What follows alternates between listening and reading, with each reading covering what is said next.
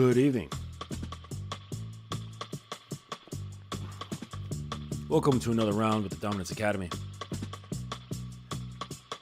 I'm your illustrious professor for the evening, Mr. Justin.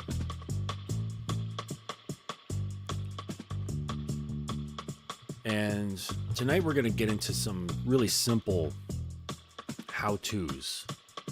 Really simple how-tos. And these are bits and excerpts from my course. So, this is going to be really straightforward stuff.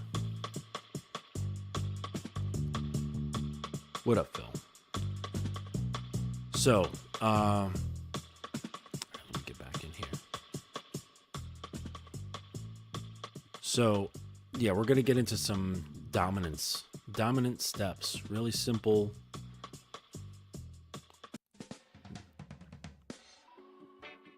I don't know why lately I've been getting back into dub reggae. I used to be a DJ a long time ago, and I would mix dub reggae and drum and bass and some jungle, back when that shit was really cool. But as we listen to some of this very easygoing dub, we're going to be talking about how to exert dominance. So, yeah, I've got 12 really actionable steps here that can help you guys out in the bedroom. Yeah, Phil, it's good shit, man. But I like the really old stuff. Like, my favorite is King Tubby.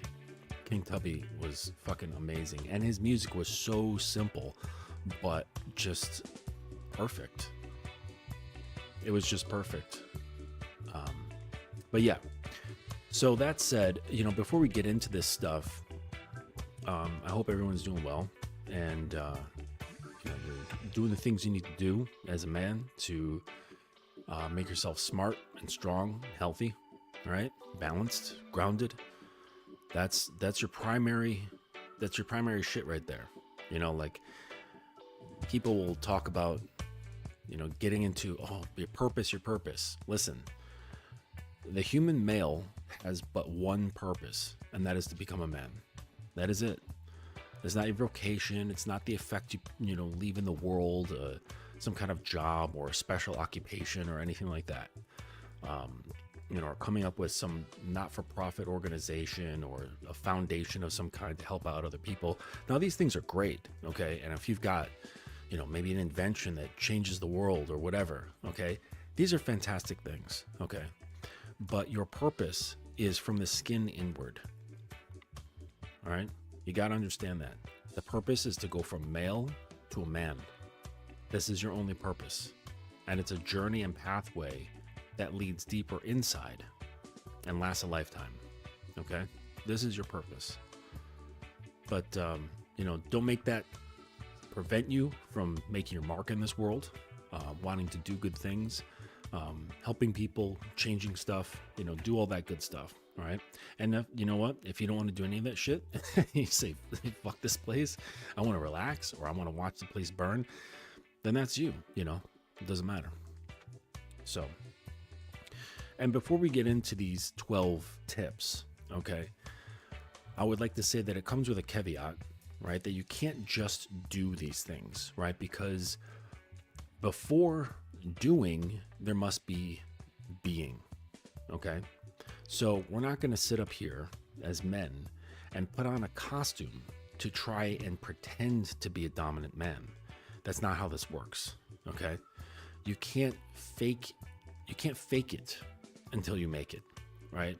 You can experiment for sure, but don't come at this like you're trying to pretend, or you're, just gonna like wing it, all right? You have to really get grounded within yourself first, and this is how these things work. This is how your actions become authentic, right? The reason why there's like the faking it part is because what that implies is that your actions are inauthentic to your nature or to your being at that time. Okay. That's why it's got to be this faking, because it's like, okay, I'm over here and it's different than what I'm doing over here, and it's not congruent. So I have to fake the doing because the being isn't in line. Okay. Work on the being and being grounded and settled and having a stillness, right? Which means lack of self-doubt, right? Loving yourself, having confidence in yourself, holding yourself to a high value, and not based on like outside shit, right? Like, again, it's great that you can do these things, and I want you to, right? I applaud you for making achievements in the world. Okay, that's great stuff. But this is not what makes you grounded. This is not what makes you feel very settled, because if you're leaning on that stuff, okay, the only thing that needs to happen is for those things to be affected in some way, like out of your control. And next thing you know, you fall over. Okay.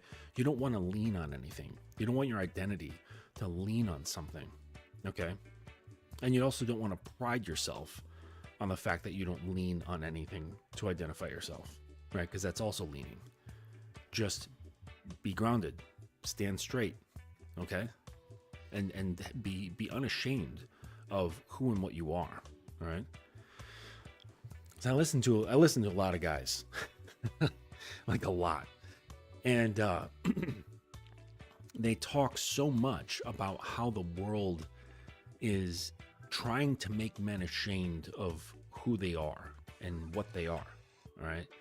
And my question to them is always, why are you listening?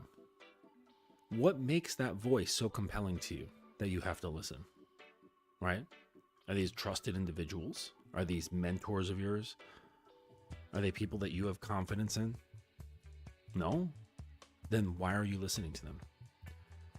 Like on social media, audible platforms like Clubhouse, YouTube, and all that bullshit. Okay, like why listen? All right. Oh, women, they say this and that. So is that your woman? No. Why does she matter? Why is she more than just an NPC like in GTA 5? You know? Like seriously, if it's not a woman on your program, then why are you listening to her? Okay? The only person who's like halfway there, right, halfway between being an NPC and being on your program is probably your mom, right? If you have a good relationship with your mother. That's probably the only person who's like not in NPC world who's not on your program. Okay? That's about it. Okay? Everybody else, they're NPCs. And for me, I'm not going to listen to any man unless they're a mentor of mine or they're paying me to listen to you. That's it. Or we're doing business in some other fashion, right? Networking or working on a project together or something along those lines. Otherwise, you're an NPC too. Sorry. Like, you listeners, you're an NPC to me. It's just the way it goes, okay? Because I protect my mind above all else, okay? So I bring this up because yes, I want you to learn some of these things that I'm talking about, but it has to not be just something you do and just try to wing it, okay? It's helpful and best if you are coming at this from a more grounded and more authentic place, okay? Okay, so let's see. So the first one here, pretty simple stuff. All right, these are all not very complex, but that's the thing about dominance. It's not a complicated matter, right? Like I was interviewed by this guy on this audio podcast, and we were talking about it, and he had been in BDSM for like 30 years or some shit like that. And he said, at first I was using I would go to like a play party and I'd have like this giant duffel bag full of toys, right? All these apparatuses and all this stuff. And he's like, now I go to play parties and maybe I'll bring like my favorite little leather paddle and that's it. He's like, because my dominance comes from inside. And he's like, I can exert this with just a look or shifting my tone or changing my body language. And he's like, I really don't have to have all these like tools, right? He is his own best tool. All right, so remember that. All right, so the first one here is use gentle commands as if playing Simon Says. All right, link your tone with your personality. Right, so if you're not an aggressive type, don't be aggressive. Don't try to be aggressive. All right, don't try to be something that you're not. Okay, thinking like, ooh, dominance looks like this, so I'm going to try to be like that. Okay, each man, if they are to cultivate dominance within them, it'll have a different flavor from man to man. Okay, and the idea is getting in touch with that. Okay, so it's so the first tip here is using gentle commands, and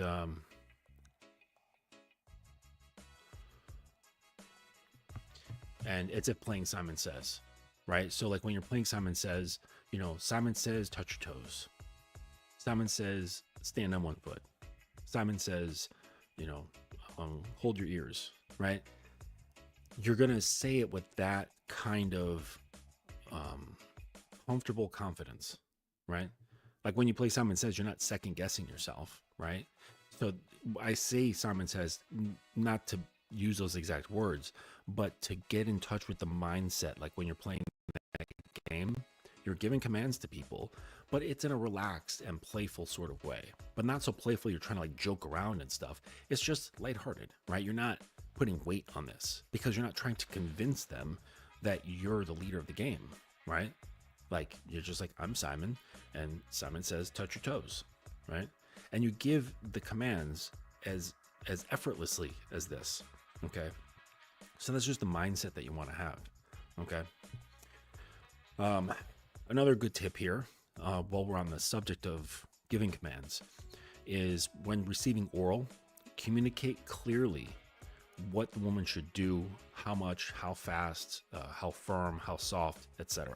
Okay, don't be afraid to communicate what you like. All right, so if you want her to move faster, tell her to move faster.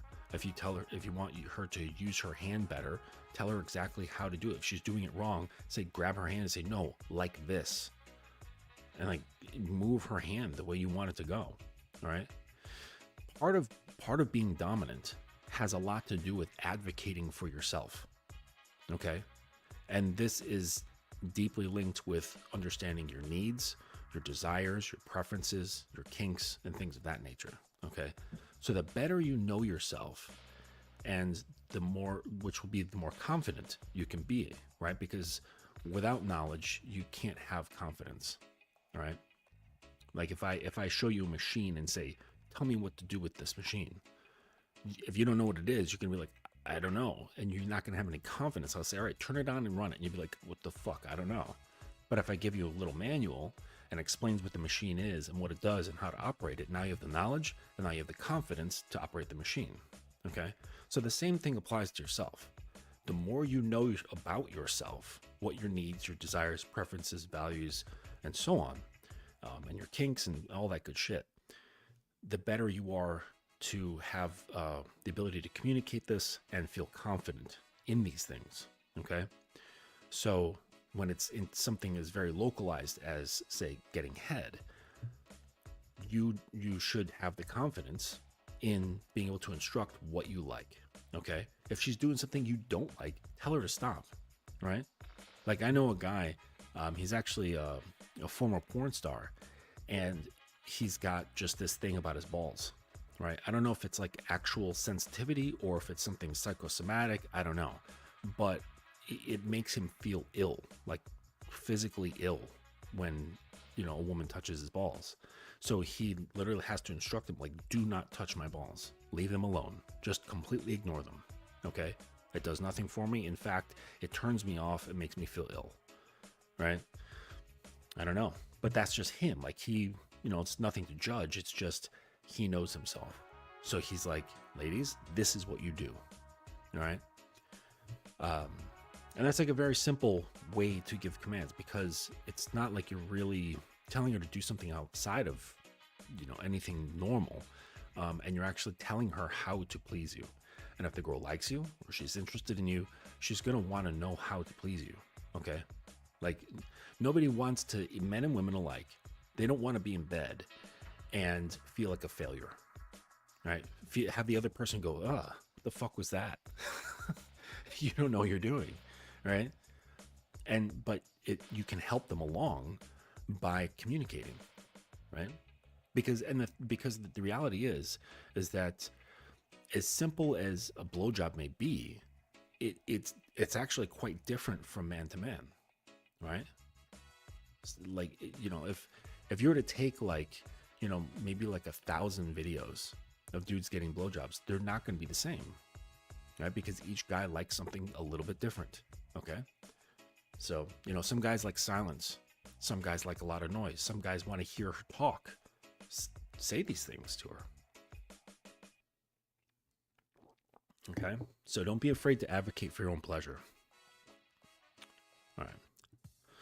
So, number 3 here. Pay attention to their body language. Okay.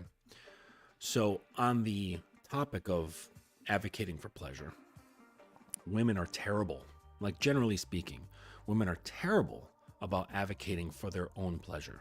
All right. They're mostly not going to, unless they're very experienced and they're very comfortable with their bodies. Okay. Which is not the majority. Okay. So in order to really understand some of their needs, it can be read in other ways. And one of them is with their body language. Okay. So in terms of dominance, like, let's say, actually I was talking with another dom about this just yesterday, like this specific topic and how you can read the woman, right?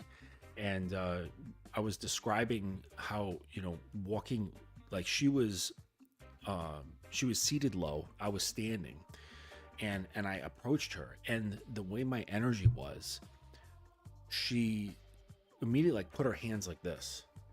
Okay. Like this was like a natural like reaction, right? For feeling my I guess my dominant energy.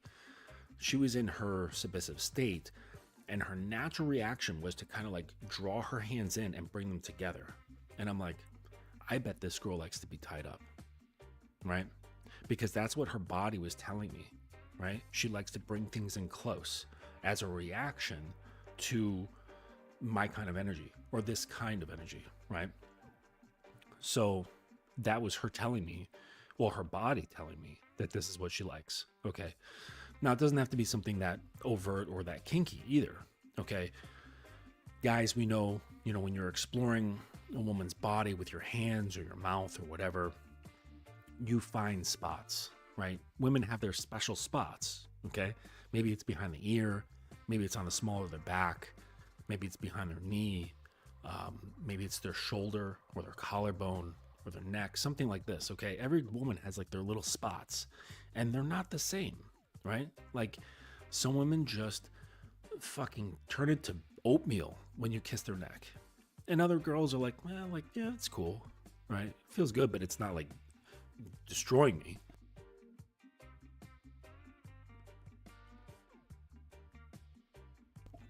Excuse me. So every woman's got, very, very sensitive areas, and we take the time to kind of be Indiana Jones and explore and discover all these little treasures around their body, and their bodies will react to these things. Okay. This is what I mean by paying attention to their body language. Okay. All right. Number 4 is pretty simple. Get yourself a Hitachi wand. Okay. Those things that were marketed as massagers, and I think that's exactly how they began. But then they realized they are making more of an impact in the sex industry, and so they started marketing as a vibrator. There's wireless versions, there's plug-in versions, whatever you prefer.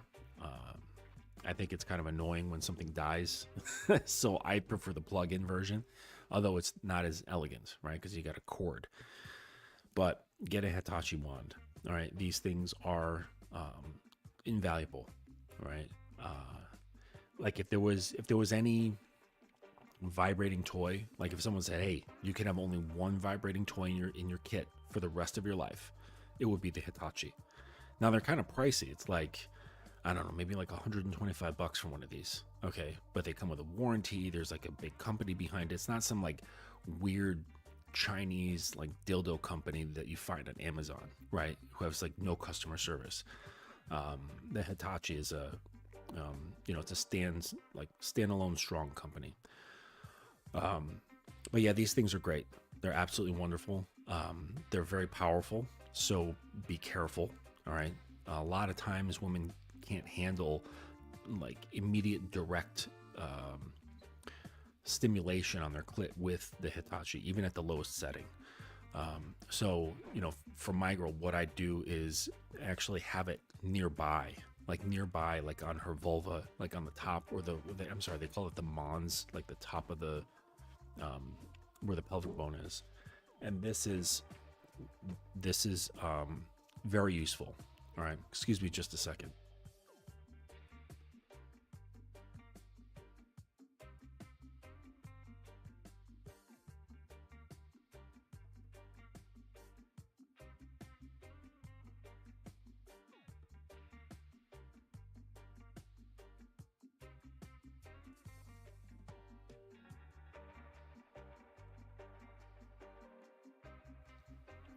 All right. Sorry about that. So, yeah, I would place it on like her mons, like on the top of the pelvic bone area, just before it like drops down to the vagina, and that provides enough vibration, like secondary vibration down, um, until she's used to it, and then I can go for direct stimulation. All right, so man, I don't know what's up with my throat this evening. It's weather changes, I guess. But anyway, so another good one here um, is counting. Counting is like a really, really powerful tool. Okay. And you can use this in a number of ways. All right. Um, One, it gives you something to talk about or talk with. All right. And a lot of women, they complain. A major complaint of women in bed is that men are too quiet. Okay. They want to hear you communicating. They want to hear you, even with your nonverbal or non-language communications, like the grunting and all that stuff. Okay. The growling. But they also like to hear the words, right? Because remember, women, men are visually stimulated, women are auditorily stimulated. Okay. So, counting, right? So, an example would be to tell them to inform you when they are at like a very high level of arousal. Okay. Like, say, like an 8 out of 10, right? Then bring them up to a 9, right? Let's say you've got a toy or you're going down on her. Bring them up to a 9 and then drop down to an 8 and keep going up and down until they are, begging for the release. Okay. Then, and then after that, like you let them have the orgasm, but right when they're having it, tell them to. Okay. So this is actually like the bridging between, a technique of like coming on command. All right. We won't get into that because there's a lot of like training and a lot of details, but the first part of that is actually using the command when they're actually doing it. So so your voice really isn't really doing anything at that point, but it's the beginnings of those links between orgasm and the commands to have an orgasm, right? So you're just kind of like laying it in there right at the time that she's having an orgasm or just before she is. Okay. So the counting is really good. Okay. If you are, say, into spanking, all right, let's say she's into spanking, that sort of thing, have her count, right? So you tell her, all right, I'm going to give you, 16 swats. I like even numbers because, there's two cheeks, right? I like to balance it out. And so have her count. So when you go for the swat, you make sure that she is saying the numbers. Okay. So counting is a really easy way to communicate. If you're not that comfortable with speaking in the bedroom, counting is really easy. Okay. But it has a good effect. All right. So this one's a little bit more advanced, and it's called anchoring. Okay. So you find a high arousal spot for them that's not like your typical erogenous zones, like a pussy, nipples, ass, or anything like that.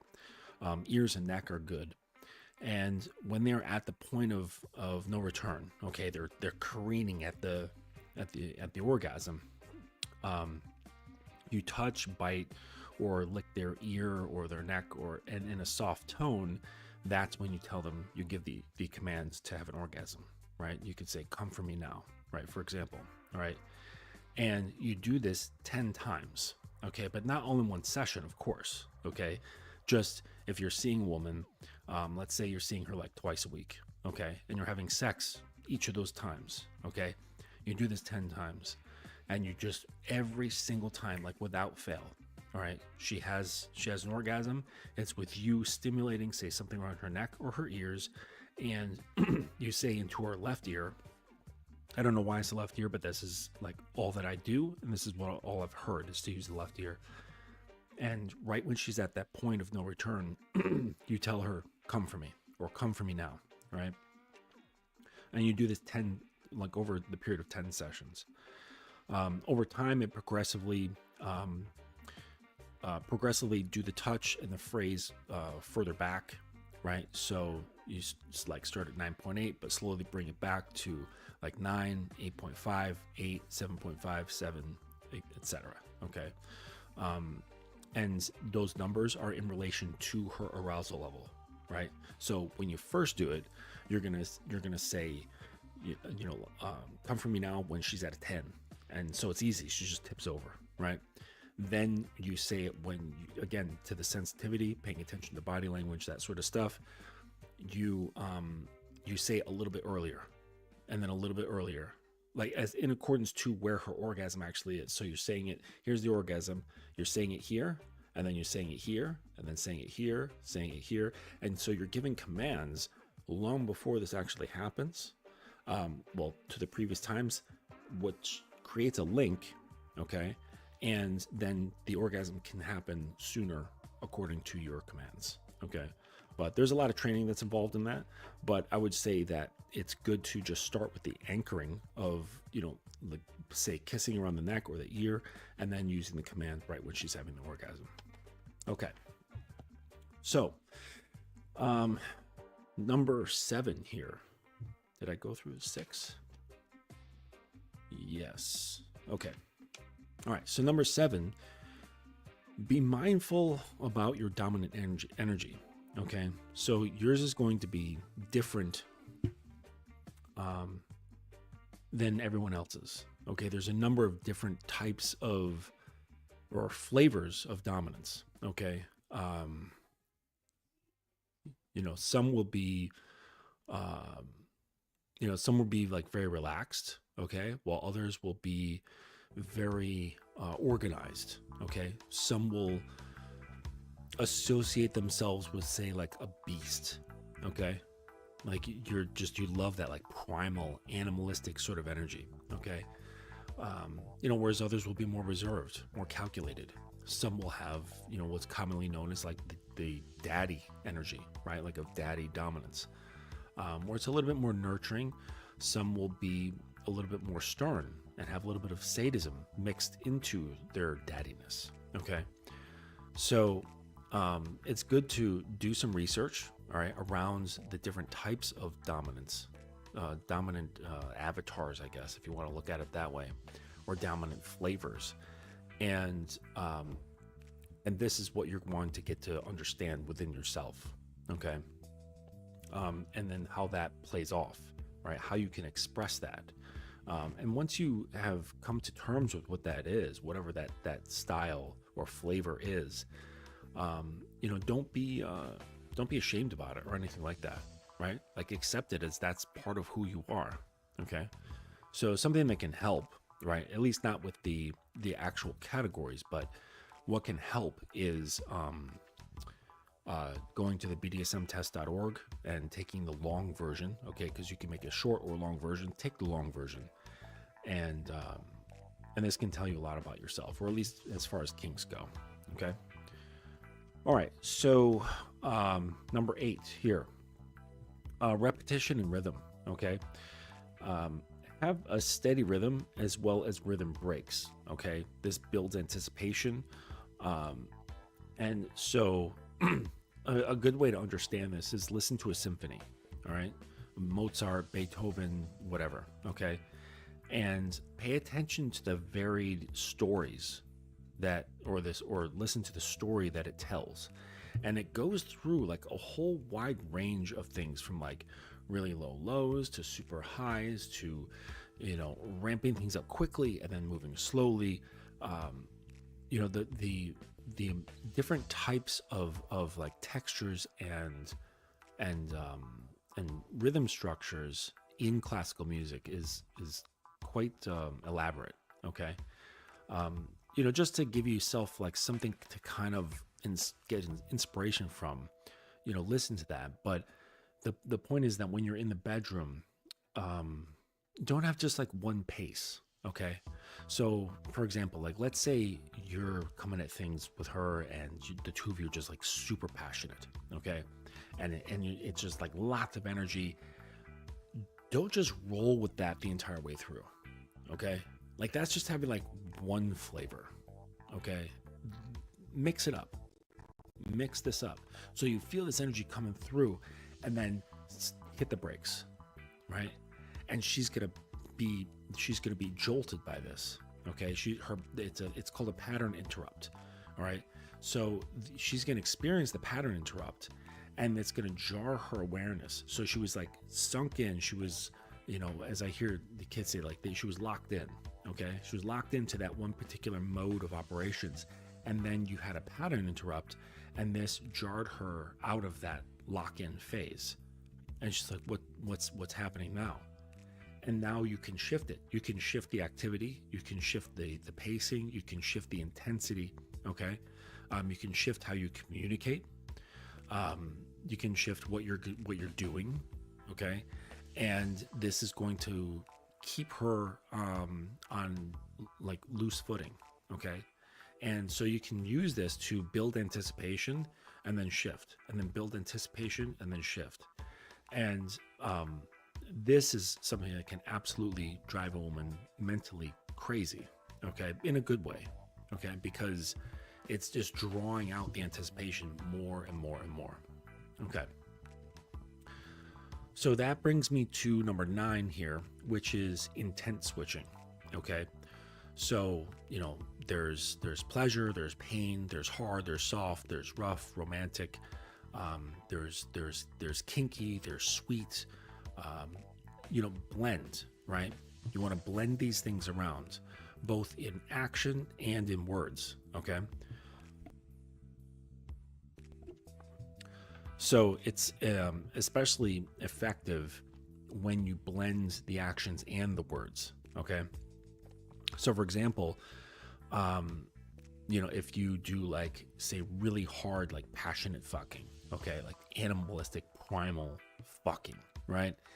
And then you do a pattern interrupt and slow down, okay? And you slow way down and kiss her romantically, right? Look her deep in the eyes, tell her, what a beautiful little slut she is, right? Or sexy princess, or whatever you want to say, okay? To really shift things around, okay? And this has a really strong effect. The other thing that you can do with intent switching is having, say, soft words with hard action, or hard action with soft words, okay? So, for example, if we could, really exaggerate this so you understand what I'm saying, you do, say, hard action, right?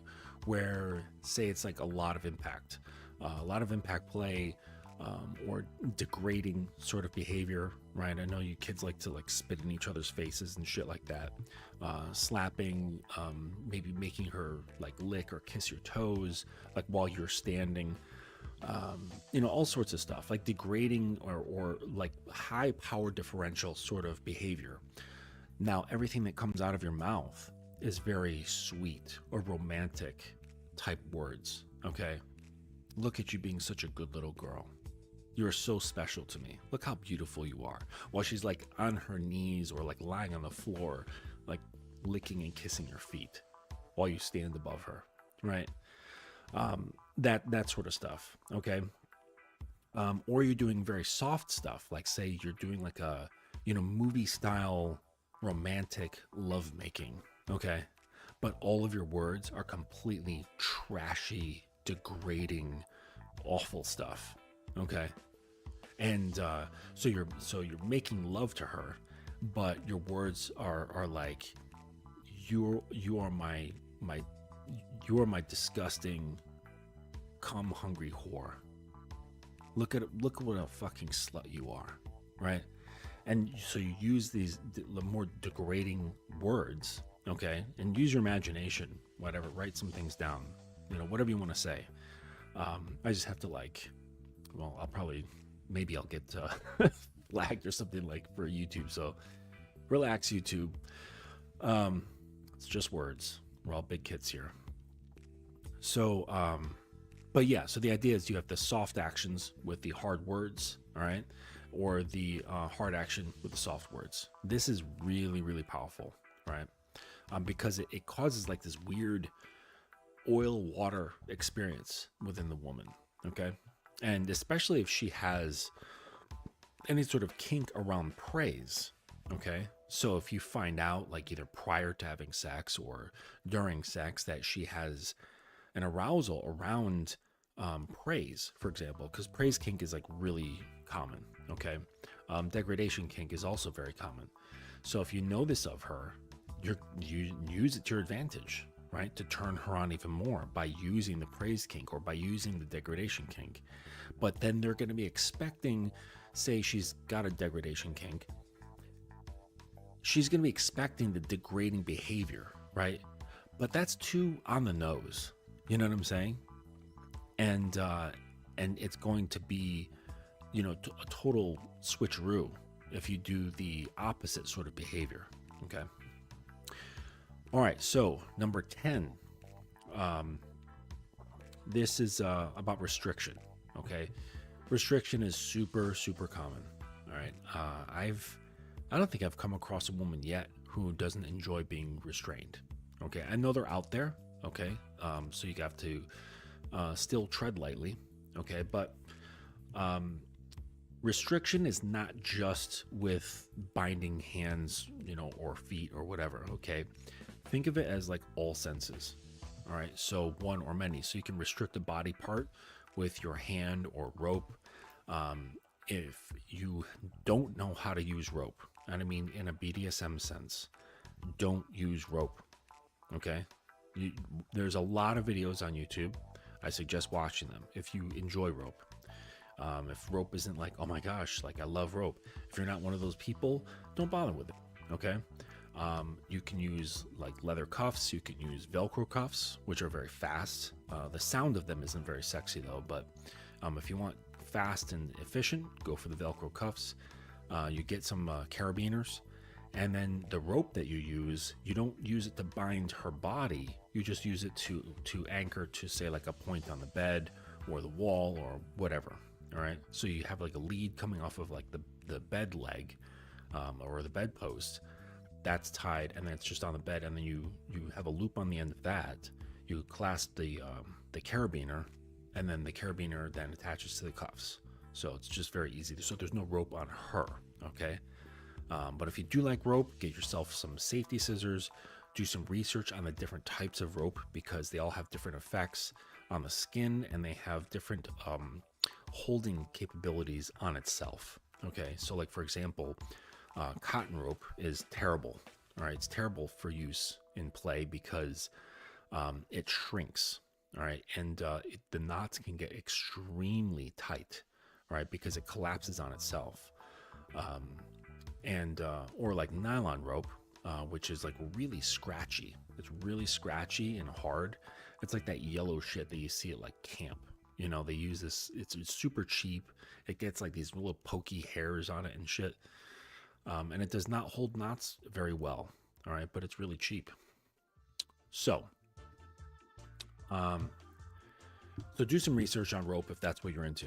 Okay, get safety scissors like at the pharmacy, the ones for medical use. You don't want anything like poking into the body if you quickly need to snip something, and have them nearby. Okay, but the restriction isn't just the body. Okay, you can restrict eyesight. Okay, by getting like blindfolds, or tying a tie around their eyes.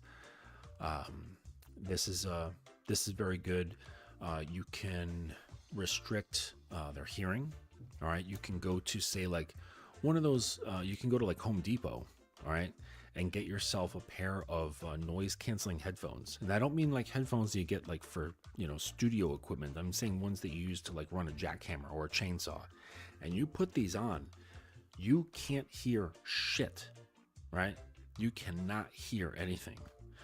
And so, much like a blind person, whenever you restrict information from one sense, the brain puts, kind of maybe goes into like a survival mode or possible panic mode. Not when they actually feel, but the brain is like, wait a second, we have to adjust here.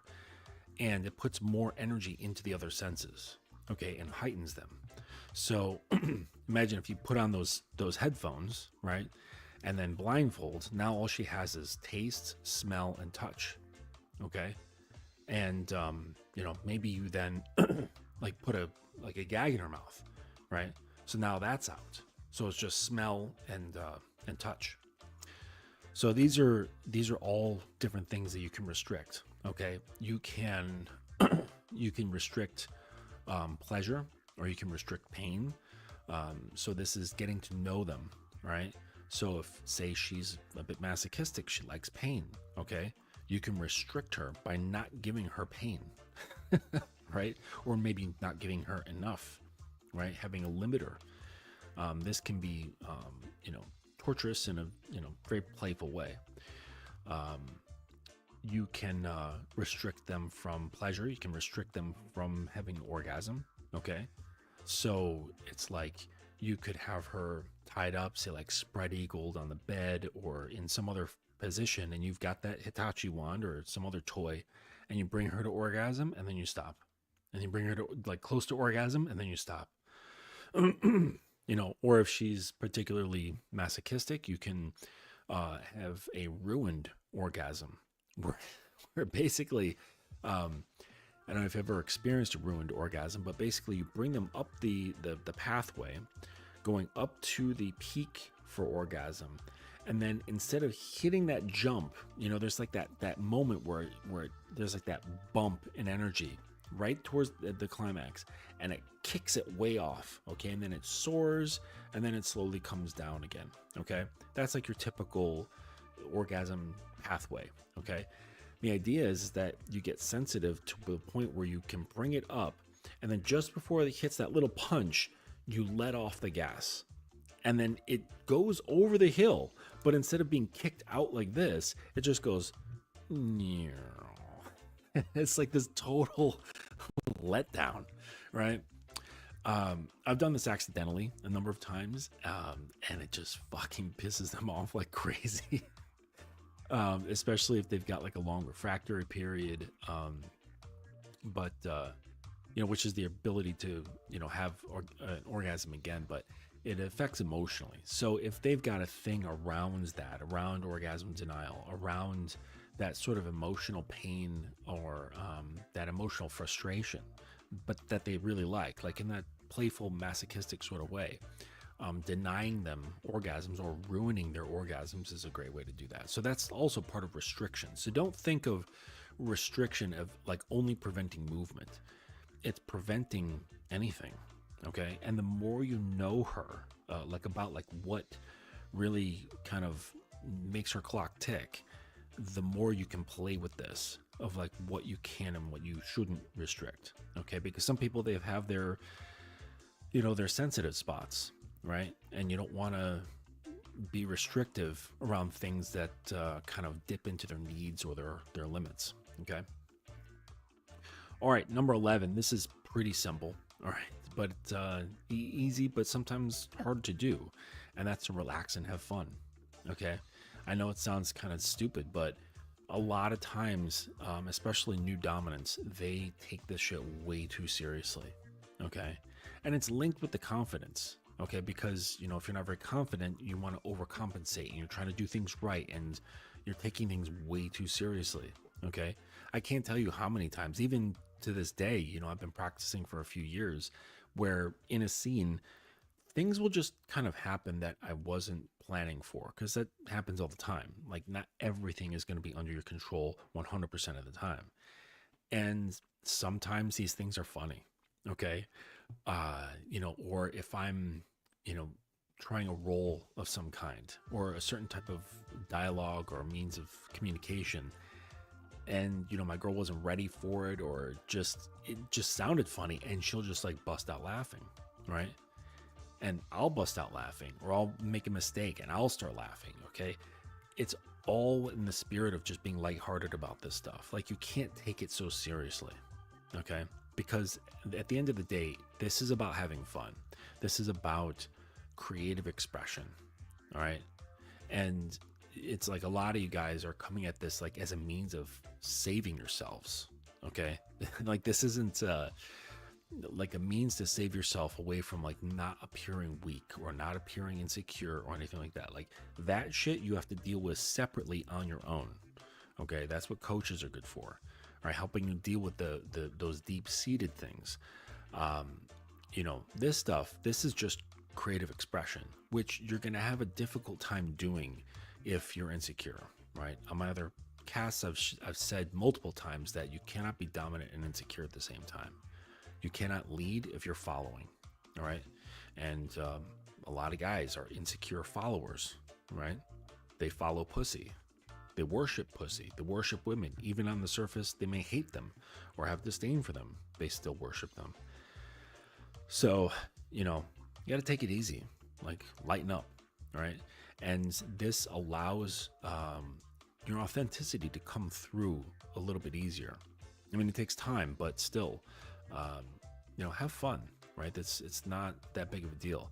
And if you're coming into this with the spirit of fun, she'll feel that, right? Because women are especially sensitive to, how things are going. Just 1 second here, because I realized where's...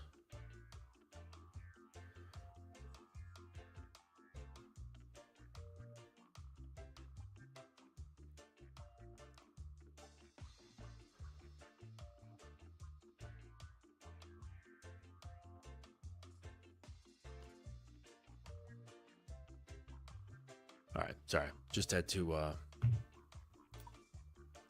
a sending off message.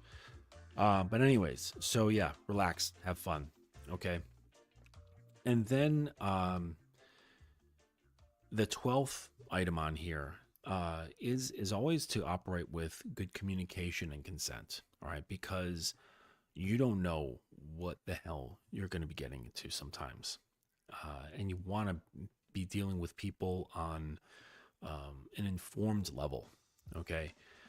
You don't want to get into a situation where, you like a certain type of impact and they have some sort of issue around that particular action.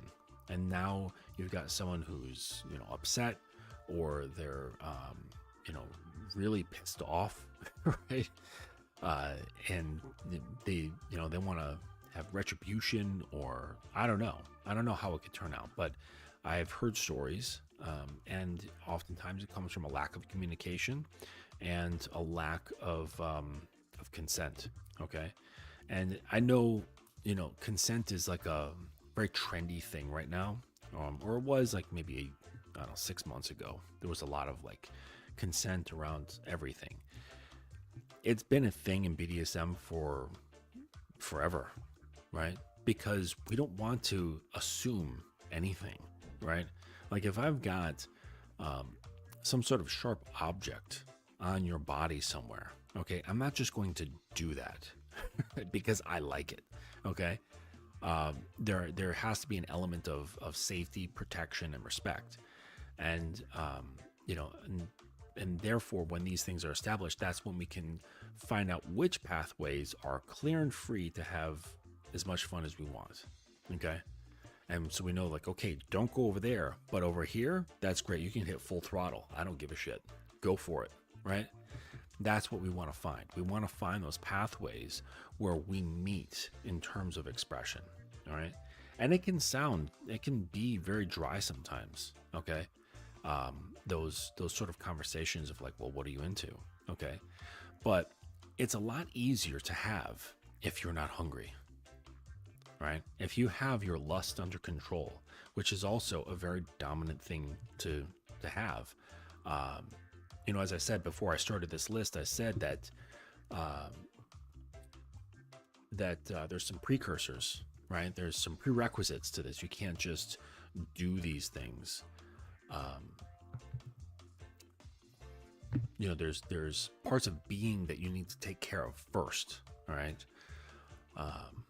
But experiment, right? Because you'll find that if you don't take care of the being part and you do the doing part, you can get yourself into some trouble.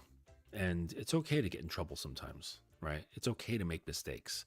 And then that can help you realize, like, well, shit, I made a mistake and I need to learn from that. Okay.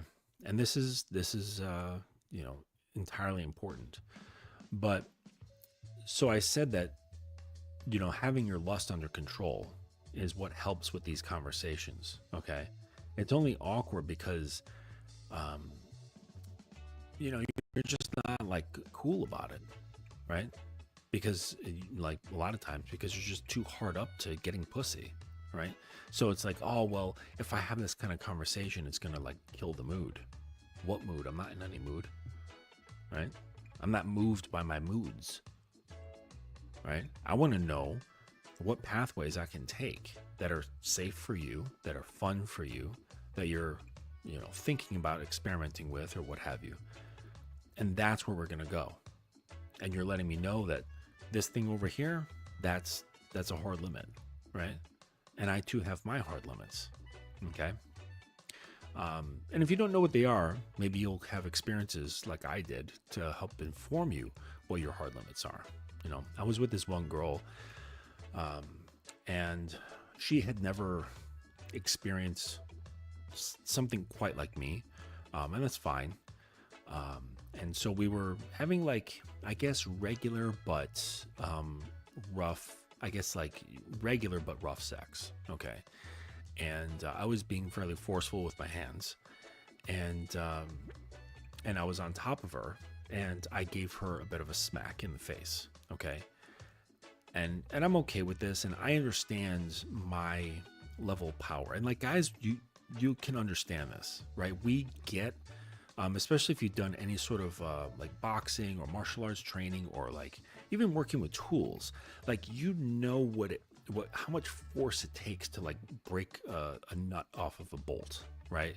To get it cracked, to, you know, like, we know how to do this without pushing so hard and like goes, and then we smack our fingers into pavement or something like that. Like, we know how to gauge these things. Okay.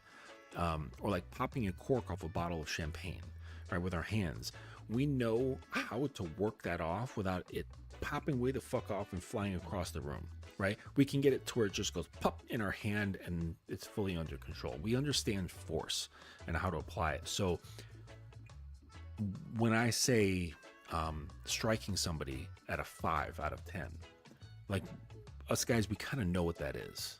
Okay. And we know, like, we get up into like 7, 8, like, that's coming into the range of like damage can start happening there, right? Between like 7 and 10. So I smacked her in the face at about a 4.55. And that's enough to move her face. Okay. And she looks up at me, you know, my hand is on her neck, right? We're fucking. I smacked her, and she looks up at me, kind of stops a moment, and she says, harder. And I knew what she meant. Okay. I knew the spirit, like, I could feel her spirit, the level of masochism that she had. surpassed my desire for the sadism. Okay. My sadism is like fairly conservative. Okay. It's not outlandish. It's not way out there. It's not a very high level. Her masochism was higher than my sadism. So right there, I learned that I have a limit. And I said no, right? Because that just wouldn't be a genuine expression of me. I knew it wouldn't be, right? And it wouldn't get me off any more than like it's what do they call that? Law of diminishing returns. So like I like the amount of force that I used. If I use more, it's actually going to detract from my pleasure, not give me more. Okay, so that's the diminishing returns. More doesn't always give you more. Okay, so that's something that I learned about myself. Right, I learned that I have a limit in my sadism. Okay, and it's also okay for a dominant to say no. I don't want to do that. Right, you're perfectly within your rights. So, yeah. So that said, it's really good to. It's good to have some of these conversations prior to understand where people like to be. All right. Now you can just say have regular sex, okay, and feel them out a little bit here and there with just some like light stuff, light commands. Okay, like the early things I was mentioning before about the simple commands, the commands that I mentioned before about like take off your clothes, get on your knees, bend over. Open your mouth, like just really simple stuff. Okay, things that you're gonna do anyways, right? You're just putting like a narration to it. Okay, just do those things. Okay, then after you're comfortable with each other, after like one or two times of having sex, and you like say you enjoy having sex together, then the next time you can have a conversation about this stuff. All right, so you can have these conversations in one of two places. One, completely outside of the bedroom, okay? And this might be more comfortable for the person because it's less pressure, all right? So you're just hanging out, in the living room, enjoying a glass of wine or something like that, or tea or whatever you want to do. The other time is after sex. Like after a really good session, you're both feeling just like relieved, relaxed, chill, you're open. Now you can have a good conversation because people are relaxed and open, okay? And you start off with like what you like, right? You say, hey, like just for example, like I really enjoy spanking, okay? And you can't say these things with any sort of embarrassment. Like you have to absolutely own what you enjoy, okay? Again, advocating for your own pleasure.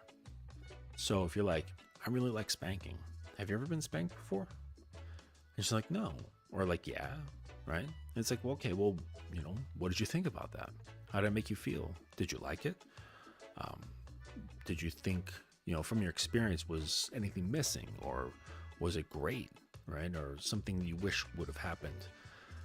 And just get them, open and talking about this. And say, well, is there anything else that you like that maybe you haven't tried, or things you have tried that you'd be, up to talk about?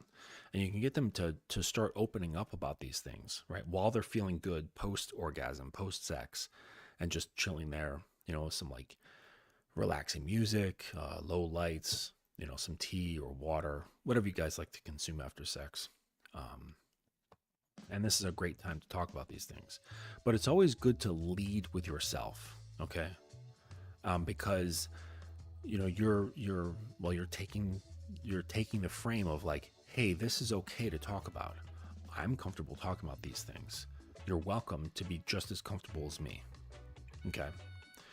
Instead of just like asking right out, because that kind of like, I don't know, it gives like, creepy vibes. It gives hungry vibes. It gives invasive poking around sort of thing, right? Instead, you reveal yourself, you reveal your own.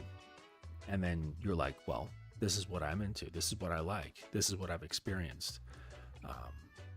Have you ever had that? Right? And people are more apt to share after that sort of thing, right?